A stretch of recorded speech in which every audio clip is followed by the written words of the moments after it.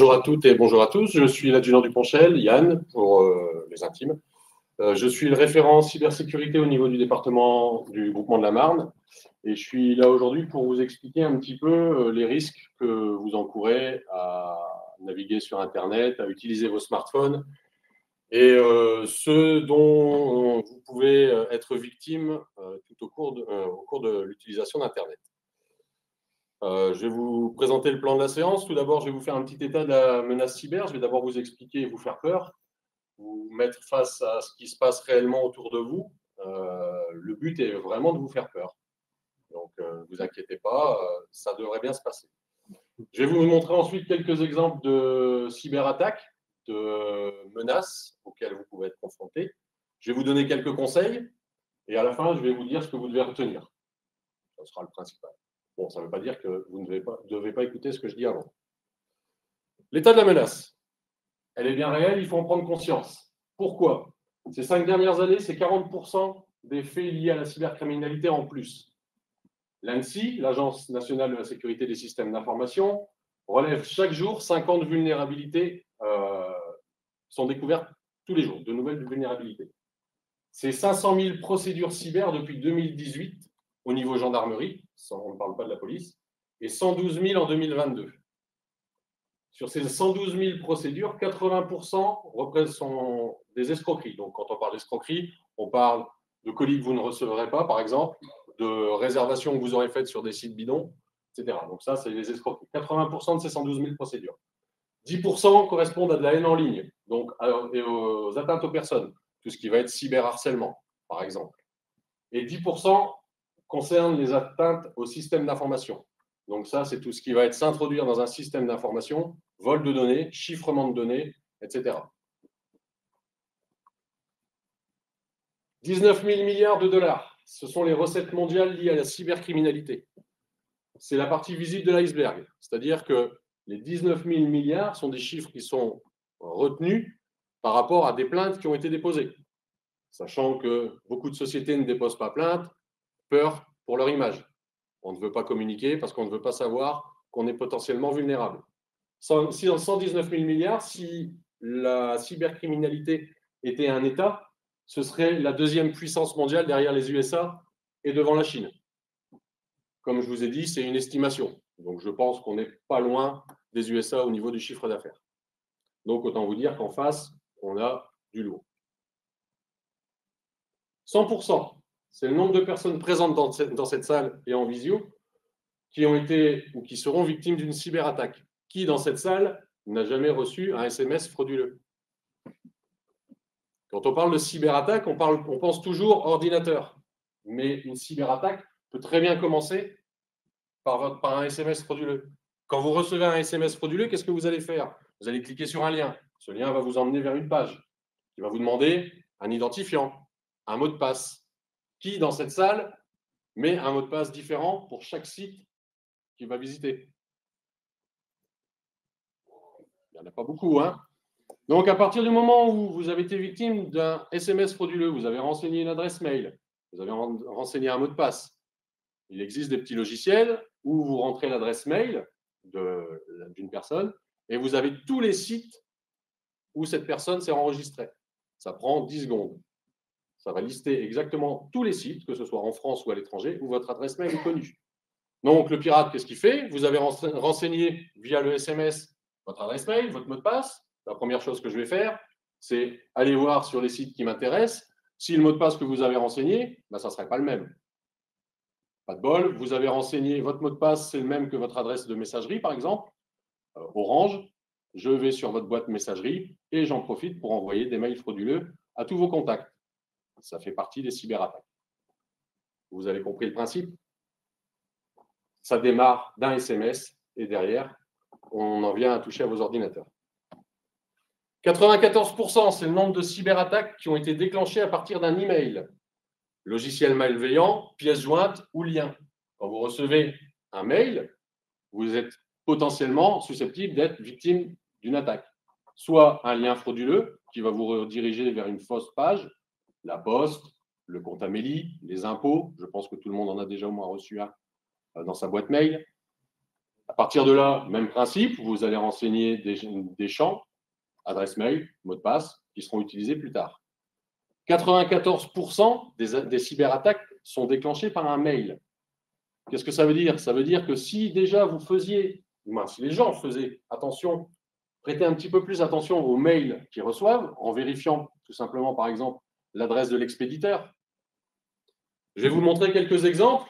Je pense que... Ah oui, mais ça ne va pas le faire. Bon, tant pis. Je ne vais pas pouvoir vous le montrer. Oui, c'était le petit effet PowerPoint que je ne pourrais pas. Bon, donc on va passer les exemples.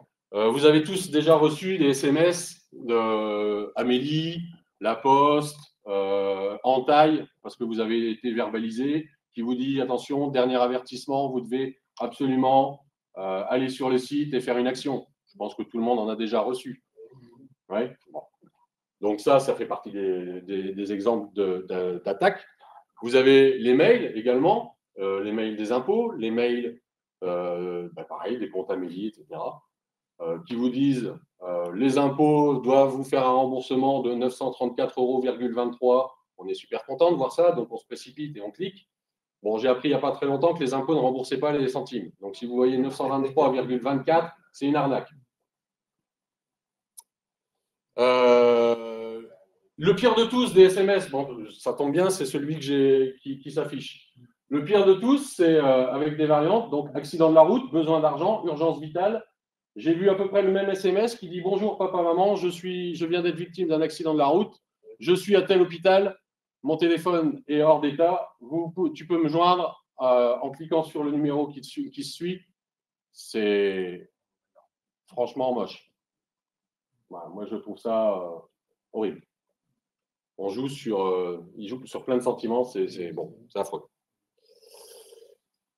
Les SMS que vous recevez, il existe une plateforme, un serveur à Paris, qui regroupe tous les SMS à partir du moment où vous les signalez. Les numéros de téléphone que vous signalez remontent en base, ce qui permet à une équipe d'enquêteurs de, au fur et à mesure, supprimer ces numéros de manière à recevoir moins de SMS frauduleux. Le problème, c'est que les gens ne le savent pas ou ne le font pas. Quand vous recevez un SMS frauduleux, alors, comment identifier un SMS frauduleux déjà? Je crois que j'en parle après. Oui. Bon, je vais vous en parler tout de suite. Comment identifier un SMS frauduleux? Si vous recevez un SMS qui contient le numéro d'appel à plus de 5 chiffres, si ce n'est pas...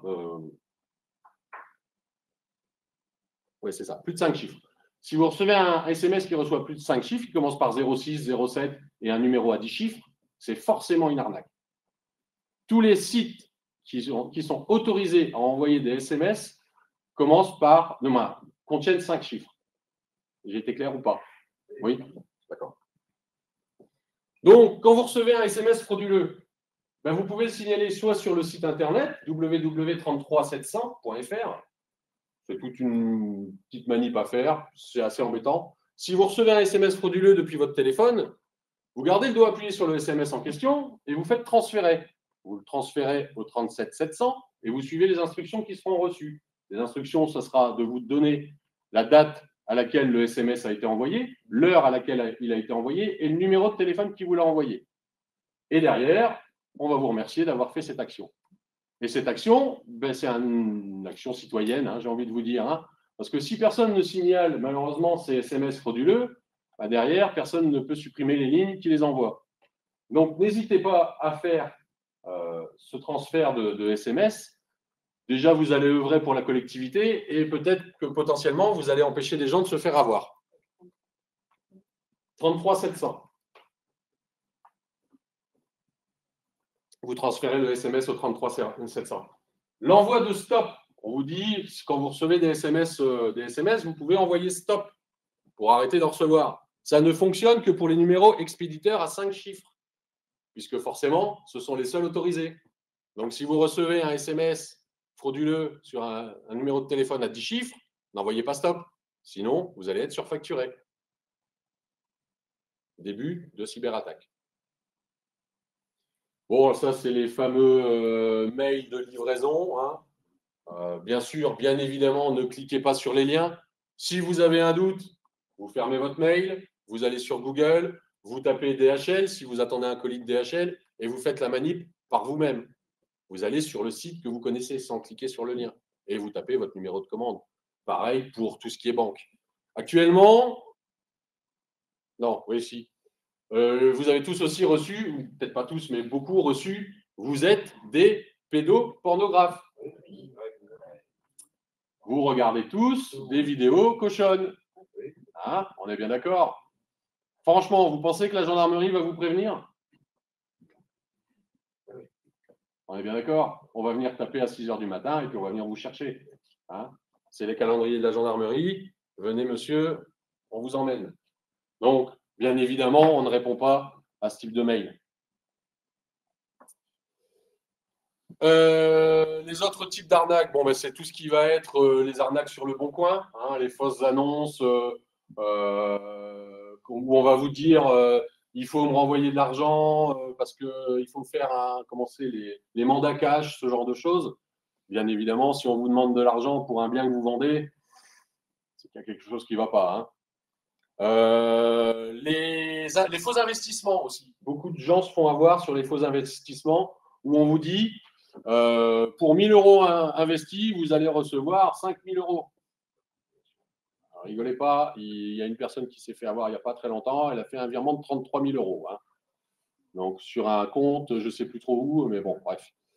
Donc, tout ça pour vous dire quoi? Vous allez recevoir, en plus c'est très bien fait, vous allez recevoir un beau petit PDF qui va vous dire monsieur et madame, vous avez gagné effectivement non pas 3 000 €, mais 5 000 € avec le détail de toutes les actions qui vous ont rapporté de l'argent. Bien sûr, cet argent ne sera jamais viré sur votre compte. Donc, ça va vous mettre en confiance. Qu'est-ce que vous allez faire? Vous allez avoir une nouvelle sollicitation et on va vous inciter à repayer encore un peu plus. Bien évidemment, vous n'avez rien gagné et vous avez tout perdu. Les arnaques à l'amour. Les arnaques à l'amour. Bonjour, je m'appelle Sabrina, j'ai 38 ans. J'ai envie de te rencontrer, mais pour ça, il faudrait que tu me payes le billet d'avion parce que sinon, je ne peux pas venir te rejoindre en France. Oui, par exemple, au Cameroun. Donc ça, c'est pareil, hein, c'est malheureusement encore trop monnaie courante. On en entend parler plus que régulièrement de ce genre d'arnaque. Donc faites attention. Si vous payez pour de l'amour, ce n'est pas le bon amour. Hein, on est d'accord? Actuellement, beaucoup de faux appels de faux conseillers bancaires qui vous appellent en vous disant « Bonjour monsieur, monsieur machin, monsieur Martin, vous êtes bien monsieur Martin David, vous êtes bien né le temps, votre carte de crédit se termine bien par tel numéro », plein d'informations qui vous correspondent. En plus, bien souvent, la personne tombe juste, hein, puisque ça s'appelle de l'ingénierie sociale, donc on cherche sur Internet vos informations et on arrive vite à découvrir à quelle banque vous êtes affilié. On va vous donner le nom de la banque et on va vous dire vous êtes à l'étranger actuellement? Non, je ne suis pas à l'étranger actuellement. Je ne comprends pas. Sur votre carte bancaire, vous avez plein de prélèvements qui viennent de Tunisie, de Turquie, de peu importe le pays. Vous allez paniquer. Vous avez eu les informations qui vous mettent en confiance, votre nom, votre prénom, votre date de naissance, votre fin de numéro de carte crédit, éventuellement même le nom de votre conseiller. Et là, vous allez donner toutes les informations qui vont vous être demandées par la personne au téléphone. Donc, un conseil, quand vous recevez ce genre d'appel, excusez-moi, monsieur, madame, j'ai pas trop le temps, je vous rappelle. Vous raccrochez, vous composez le numéro de votre banque que vous connaissez et vous demandez à parler à votre conseiller. Un moyen d'éviter une arnaque. Comment font-ils pour vous inciter à cliquer sur un lien? La peur. On va jouer sur vos peurs. On va vous dire que si vous ne payez pas urgemment ou si vous ne cliquez pas urgemment sur le lien, vous allez avoir des sanctions. Il va vous arriver des choses graves. La curiosité. Je ne sais pas s'il y a des gens qui utilisent Facebook ici. Un petit peu, Messenger.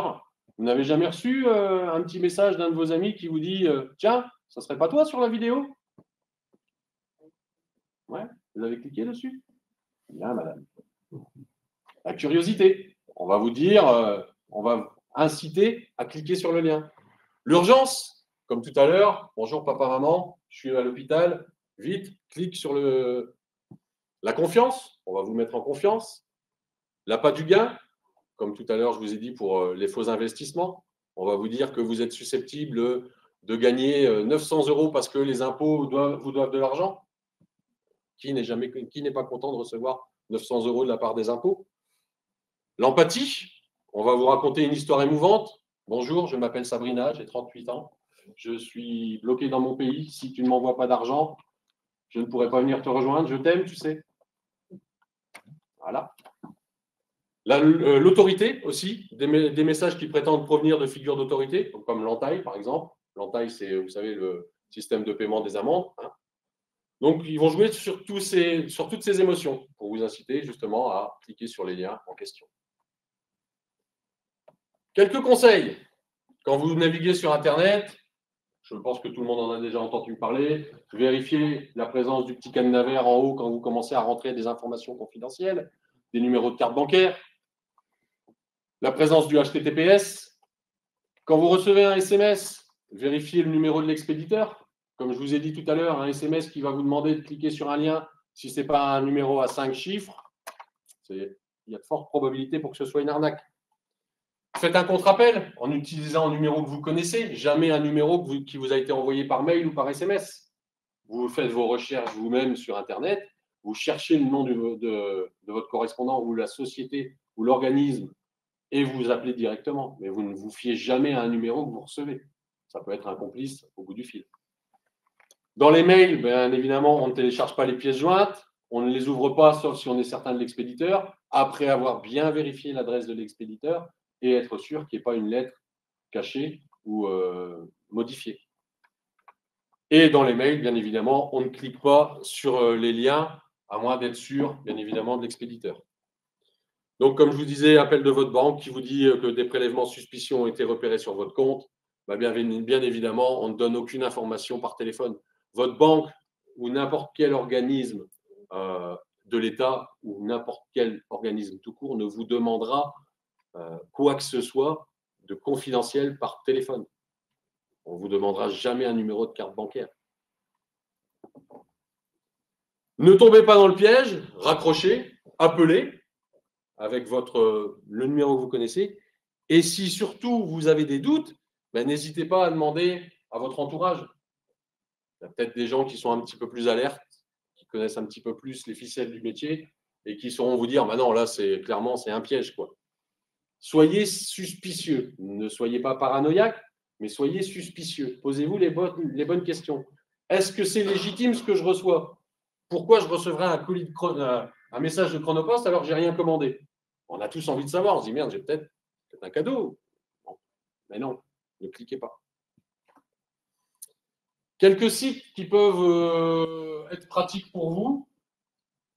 Si vous voyez du contenu illicite sur Internet, un affreux bonhomme qui torture des bébés chats. Je ne supporte pas qu'on torture des bébés chats. Vous pouvez le signaler sur Pharos. Pharos, ça vous permet de signaler tous les contenus illicites, toutes les choses qui ne vous plaisent pas que vous pourriez voir sur Internet. Vous avez une plateforme qui vous permet de faire des signalements. Si vous êtes victime d'une fraude à la carte bancaire, vous avez le site Perceval. Vous n'êtes pas obligé de noter toutes les adresses, hein. Notez juste les noms. Vous les retrouverez sur Google. Vous tapez Perceval, fraude bancaire, vous allez tomber sur le site. Ça vous évite d'aller en brigade de gendarmerie pour déposer plainte. Vous pouvez déposer plainte en ligne uniquement pour les cartes bancaires, Perceval. Vous pouvez déposer plainte en ligne concernant une infraction cyber sur la plateforme Taisé. Donc c'est pareil, hein, vous tapez Taisé sur Google, dépôt de plainte cyber, vous allez tomber sur la bonne page. Vous avez un service de pré-plainte en ligne, mais là, je ne vais pas l'aborder parce que ce serait trop long. Et c'est assez laborieux quand même à remplir. Bon, ça fait le job, mais c'est costaud. Il faut vraiment être patient et avoir tous les documents en votre possession pour déposer plainte en ligne. Il n'y a rien de tel que le contact humain. Vous allez dans une brigade, ça sera bien mieux. Si vous recevez des spams, vous savez ce que c'est les spams, tous ces mails qui, à force, polluent votre boîte mail, vous pouvez les signaler sur signal-spam.fr. Donc, vous allez dire, ouais, encore un site sur lequel il faut aller. Oui, effectivement, il faut y aller une première fois. Vous y allez une première fois, vous vous inscrivez, ça prend 1 minute 30 à peu près, et en fonction de votre logiciel que vous utilisez pour visualiser vos mails, vous avez une petite add-on qui va s'ajouter qui va vous permettre de, une fois que vous serez sur le mail, de juste cliquer sur le bouton et le mail sera signalé en spam. C'est pareil, c'est une base nationale dont les opérateurs d'accès ont accès, justement, oui, peuvent accéder pour justement mettre à jour, eux, leur logiciel anti-spam. Donc, ça prend 30 secondes, un petit clic, hop, le spam est signalé. Si personne ne le fait jamais, c'est comme pour les SMS frauduleux tout à l'heure. Signaler un phishing, une tentative de phishing. Si vous recevez un mail qui vous demande des informations et qui vous dit cliquez sur le lien parce que là, tu vas avoir un remboursement des impôts, vous pouvez les signaler. Parce que quand vous recevez un mail, il y a ce qu'on appelle l'entête de mail avec des informations qui sont importantes pour nous. Et le fait de signaler le mail, bah, ça peut nous permettre derrière de faire des choses. Encore une fois, si personne ne signale rien, on ne peut pas faire grand-chose. Un site, si vous n'en avez qu'un à retenir aujourd'hui, c'est celui-là, cybermalveillance.gouv.fr. Pour moi, c'est devenu ma Bible. C'est devenu mon site de chevet. Qu'est-ce que vous avez là-dessus? Vous avez plein de tutos, plein de petites fiches réflexes, plein de questions-réponses. Comment faire face à l'arnaque, au faux support technique, comment spam téléphonique, que faire, fraude à la carte bancaire, que faire en cas de faux conseiller bancaire, usurpation d'identité, que faire, et plein d'autres thèmes. Tous ces thèmes sont abordés en vous donnant la marche à suivre pour déjà identifier ceux dont vous êtes victime et les moyens de s'en prémunir. Donc, c'est intéressant à lire, très intéressant. Et bien évidemment, dépôt de plainte à la brigade ou au commissariat dont vous dépendez. Si vous ne déposez pas plainte, on ne sait pas ce qui se passe et on n'a aucune chance d'arrêter les auteurs. Vous allez me dire, on ne les arrête pas forcément, effectivement. Devant nous, on a 19 000 milliards de dollars américains de budget. On est très, très loin du budget de la gendarmerie. Il y a des grosses opérations qui se font actuellement, qui sont en cours ou qui sont passées, où il y a eu des interpellations au niveau international. Donc, je ne vais pas vous dire qu'on ne les attrape jamais. On les attrape. Des fois, quand vous êtes victime d'un rançongiciel, on peut bloquer l'argent avant que l'argent soit viré. Mais pour tout ça, il faut un dépôt de plainte. Si vous n'avez pas de dépôt de plainte, on ne pourra rien faire pour vous. Donc, n'hésitez pas à déposer plainte à la brigade si vous êtes victime d'une cyberattaque.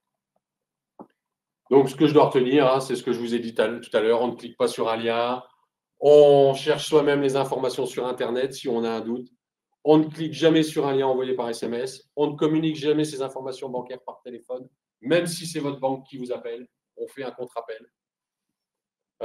Jamais un organisme ne vous demandera de communiquer vos informations bancaires, numéro de carte, RIB, etc. par mail, téléphone ou SMS.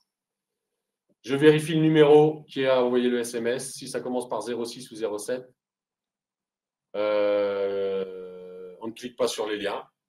Une trop bonne affaire est souvent une mauvaise affaire. Hein. Un appartement en bord de mer à Nice ou à Biarritz à 500 € la semaine, c'est qu'il y a une arnaque. Si vous cherchez l'amour, posez-vous les bonnes questions. Dans le doute, je m'abstiens. Hein. Si vous avez un doute, ne cliquez pas. Hein. Il ne vous arrivera rien. Tant pis, on vous recontactera. Hein. Si effectivement c'est la banque qui a besoin d'informations complémentaires, si vous n'avez pas répondu au premier mail, au deuxième mail, au troisième mail, elle finira par vous envoyer un courrier. Hein. Donc, dans le doute, abstenez-vous. Et surtout, je ne reste pas isolé. Si vous avez un doute, discutez-en avec vos proches, avec des gens qui sont susceptibles de connaître un peu plus que vous. Juste une chose, donc, si j'ai bien compris, il y a des entrepreneurs, vous avez des sites web pour la plupart, vous avez des bases de données avec des gestions de clients, d'accord. La gendarmerie, on vous propose à titre gratuit un diagnostic cyber qui fait l'état de votre hygiène cybersécurité, en matière de cybersécurité. C'est un diagnostic sous forme de questions, d'échanges, un peu comme on fait là. Pour l'instant, on ne fait pas vraiment un échange, c'est plutôt un monologue. C'est une journée, c'est 2 heures. On va passer 2 heures ensemble et on va faire un état des lieux de votre hygiène cyber. On va parler de RGPD, on va parler de la CNIL, on va parler de vos obligations de la CNIL, vis-à-vis de la CNIL. On va voir un petit peu l'état de votre réseau. On ne va pas mettre les mains dans vos ordinateurs puisqu'on n'a pas le droit, comme l'a dit tout à l'heure le Major Hubert. On n'est pas là pour proposer des solutions logicielles ou matérielles. On est juste là pour vous guider, pour vous mettre le plus possible en conformité avec ce qui devrait être la norme pour vous, c'est-à-dire l'ISO 27001. C'est ce qui régit un petit peu tout ce beau... Hein.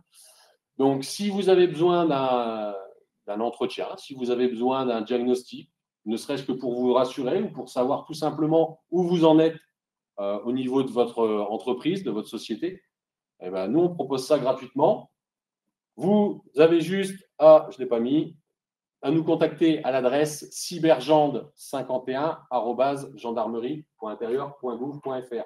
Elle est à la dernière page du petit flyer qui vous a été remis, tout en bas. Si vous souhaitez avoir bénéficié du diagnostic, vous n'hésitez pas, vous m'envoyez un petit mail et je me ferai un plaisir de vous répondre.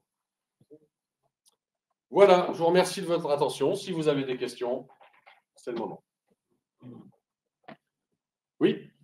Vous avez parlé de plusieurs actions en fait, à faire, donc le signalement, oui. Un point important, oui. Et les plaintes. Oui. À partir de quel moment est-ce qu'on doit du coup déposer plainte? Le plus tôt possible.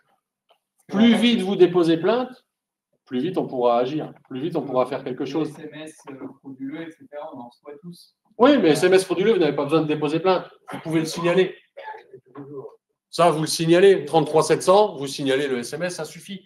Les plaintes, c'est vraiment si vous êtes victime d'une cyberattaque, si on vous a volé des données, si on s'est introduit dans votre système d'information, si on s'est introduit sur vos ordinateurs, si vous êtes victime d'une vraie campagne de phishing où vous avez fait une action.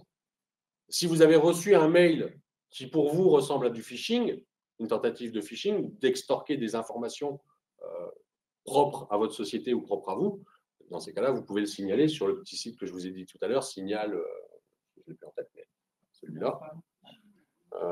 Hop, voilà, phishing-initiative.fr. À partir du moment où vous êtes victime qu'il y a une infraction, oui, il faut déposer plainte le plus vite possible. Si ce n'est qu'une tentative, du moins une tentative, un phishing, vous n'avez rien fait, mais vous savez, dans votre propre intérieur, vous savez que c'est du phishing, ben vous le signalez. Si vous n'êtes victime de rien. Mais oui, plus vite vous déposez plainte, mieux c'est. Et surtout, si un jour vous êtes victime d'un rançongiciel, ne payez pas la rançon. Parce que si vous payez la rançon, vous devenez un bon payeur. Hein. Donc 6 mois plus tard, attendez-vous à vous faire attaquer à nouveau. Et surtout, le rançongiciel, vous savez ce que c'est? C'est un petit logiciel qui va chiffrer toutes vos données, qui va rendre inaccessible votre ordinateur. Il ne faut pas hésiter à m'arrêter, hein, parce que je vais continuer. Non, on a tous en tête des histoires comme ça. Voilà. Donc le phishing, c'est on va chiffrer vos données sur votre ordinateur et derrière, vous ne pouvez plus rien en faire. Donc on va vous demander une rançon, un paiement d'une rançon, pour récupérer l'accès, entre guillemets, à vos données. Bien évidemment, un délinquant en restant un délinquant, ce n'est pas parce que vous allez payer qu'il va vous donner la clé de déchiffrement pour récupérer vos données. Et surtout, dites-vous une chose, c'est que vos données ont déjà été volées et sont déjà en train d'être vendues sur le dark web. Donc, le fait de payer la rançon, ça ne vous sauvera pas, clairement. C'est bon de savoir, parce qu'il y a des cas, on a tous entendu de cas, et justement la question, est-ce qu'il faut payer ou pas? Non, surtout pas. Surtout pas. Vous devenez un bon payeur. Vous devenez un bon payeur. Donc, derrière, vous êtes certain de vous faire attaquer dans les 6 mois qui suivent, c'est sûr. Une fois que nous avons été piratés, que doit-on faire à notre échelle? Alors, si vous êtes victime d'un rançongiciel, par exemple, ou d'une cyberattaque, c'est vrai, la question est judicieuse, qu'est-ce que vous faites en premier? La première chose que vous faites, vous êtes dans votre société, vous avez un ordinateur qui vous dit vous êtes victime d'un rançongiciel, qu'est-ce que vous faites? La première chose? Surtout pas, vous n'éteignez surtout pas tout. Non, c'est comme le Covid. On évite la propagation. Donc, c'est-à-dire qu'on débranche le câble réseau à l'arrière du PC. On coupe l'accès réseau à la box. On débranche le câble qui arrive à l'Internet. D'accord? Mais on n'éteint surtout pas les ordinateurs. Si vous éteignez les ordinateurs, on perd la preuve. On perd des preuves. Donc, surtout, vous n'éteignez pas. Vous isolez le problème. Si votre PC travaille en Wi-Fi, vous coupez le Wi-Fi. S'il est branché avec un câble RJ45, vous débranchez le câble. Et vous débranchez les autres câbles de la société, des autres ordinateurs de la société, pour éviter justement la propagation. Qui gère le dark web? Je voudrais bien le savoir. Je ne sais pas. Je suis désolé, je ne sais pas qui gère le dark web. Pour répondre un petit peu à votre question, au niveau gendarmerie, on a des enquêteurs qui font une veille constante et permanente du dark web, qui surveillent un petit peu tout ce qui se passe. Mais bon, là-dessus, je ne vais pas trop m'étendre. D'autres questions? J'avais entendu que la peine encourue pour attaquer une banque, c'était 20 ans. Oui. Mais par contre, faire une cyberattaque qui peut être c'est que 2 ans. Est-ce qu'aujourd'hui, il n'y a pas des réformes à faire sur ce point? Alors, je suis adjudant de gendarmerie. Je ne peux malheureusement pas Il y a peut-être une mise à jour. vous répondre là-dessus. C'est pas de mon ressort du tout. Non, Et j'ai un droit de réserve qui m'interdit de parler de ce genre de choses. C'était un point que je trouvais. Mais de toute façon, dites-vous une chose, maintenant c'est plus rentable et nettement moins risqué de faire une cyberattaque que de faire un braquage à main armée. Et comme vous dites, les risques sont moindres au niveau sanctions. Donc, oui. Bon, voilà. Que faire si on se fait pirater son site internet? Déposer plainte et puis voir avec votre prestataire qui gère votre site internet. Vous avez le CSIRT à Metz. Le CSIRT, c'est une plateforme de réponse à incident. CSIRT. C'est une plateforme de réponse à incident. 5 jours sur 7, 8h midi, 14h, 18h, vous avez une personne en ligne qui est susceptible de vous apporter des informations sur la marche à suivre en cas de cyberattaque et vous orienter vers des professionnels qui sont certifiés et labellisés. Donc, qui seraient en mesure de vous apporter une réponse. Ensuite, vous avez au niveau gendarmerie, parce que quand généralement on est victime d'une cyberattaque, bien souvent c'est le soir de Noël. Je ne dis pas ça pour le syndicat général des vignerons. Hein, vous l'avez tous su. Bon. Ça arrive bien souvent à des heures indues ou lors de longs week-ends. Vous avez au niveau de la gendarmerie la brigade numérique. Donc c'est pareil, hein, vous allez sur Internet, vous tapez brigade numérique gendarmerie, vous allez trouver les coordonnées. C'est plusieurs gendarmes, 7 jours sur 7, 24 heures sur 24, qui vous apportent une réponse téléphonique à votre problème et qui vous dirige vers les personnes qualifiées. Doit-on prévenir nos clients du vol? Ah oui, c'est une obligation du RGPD. Vous êtes tenu d'informer la CNIL dans un délai de 72 heures et vous êtes tenu d'informer vos clients, tout simplement, puisque leur adresse mail, par exemple, s'il y a eu un vol de données et que leur adresse mail a été volée, elle peut être utilisée pour commettre d'autres méfaits. Donc oui, vous êtes tenu d'informer vos clients. Une nationale pour sensibiliser le grand public. Si, peut-être. Moi, c'est ce que je fais actuellement. J'essaye de me faire connaître auprès des associations, auprès des communautés de communes, auprès de toute bonne âme qui est prête à m'écouter et à entendre ce que je dis. Donc, surtout, n'hésitez pas à parler de notre action, hein, si vous êtes intéressé, si vous avez des associations, si vous connaissez des associations, associations de seniors, associations de peu importe. N'hésitez pas à parler de ce qu'on fait. On peut faire des actions de sensibilisation. Pour les TPE, PME, collectivités territoriales, on propose le diagnostic dont je vous ai parlé tout à l'heure pour faire un état des lieux, hein, de savoir un petit peu comment vous vous situez. N'hésitez pas à m'arrêter. Hein. On va passer la parole après à… D'accord. Voilà. S'il n'y a plus de questions, je vais passer la parole on va changer un peu au futur intervenant. Merci beaucoup, monsieur. Merci de votre attention.